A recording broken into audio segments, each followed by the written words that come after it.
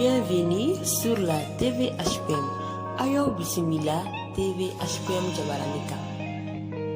La voix du grand prêcheur Cheick Ali Badra Sangaré. Assalamu alaikum warahmatullahi ta'ala wa barakatuhu. Wa alhamdulillahi rabbil alamin. Kuma mi wati mina sisa beba kalama samye duna jin fanchama ve krengre nyana on ve malikono ani farafna jamana chama na samye duna wala kre dugo do fo sallallahu ta'ala wa sallim ko ni sanyi binale ni mogotra ko dugo kala abi kishi sampare ani sammegru ani kabayegeru nun toroma inshallah rabbi o dugo jande ma kala wala sam ko kasga famu ambadu ngasigu yera tagana faida du anya koloshi ay taganike yoro chamana abi fenjamangla moye o me ni yoro ina akabare famba mi we sankulu nuwe kabakulu dugowe inshallah. Bismillahir rahmanir rahim.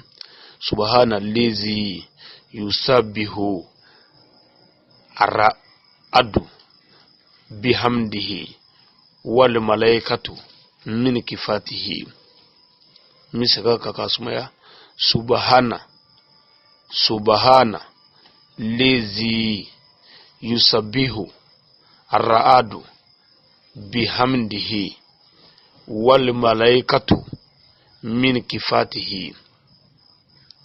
Ni dugo belebele bay mo jenani ya kala saynato agacha ala fe alabi duni samgaru che ani sampare ani fenchama mo taka ya rabbi ala kantaka am dugo ke ala kangishi atoroma o ni ya kalan chugo la abeka kan ni kawo kan yi jabi saka kalola ni ya do kawo kan bi saka kalola o flaka fo ay sisan arabukana o abona ngai mi o de sanya be alai sanya be masai kaba pere be masamin zaniya ani kaba pere be masamin danu sari sanya be alai kaba pere be sanyali ke ni masamin tanui ani melekew ananyi sanye sanya be alai kaba pere be masami sanya ka masamin tanu ani melekew ani anye sanye sadiri abe ala kufo ka ala ka sanya ira ka ayira fana kaba pere be ala debulu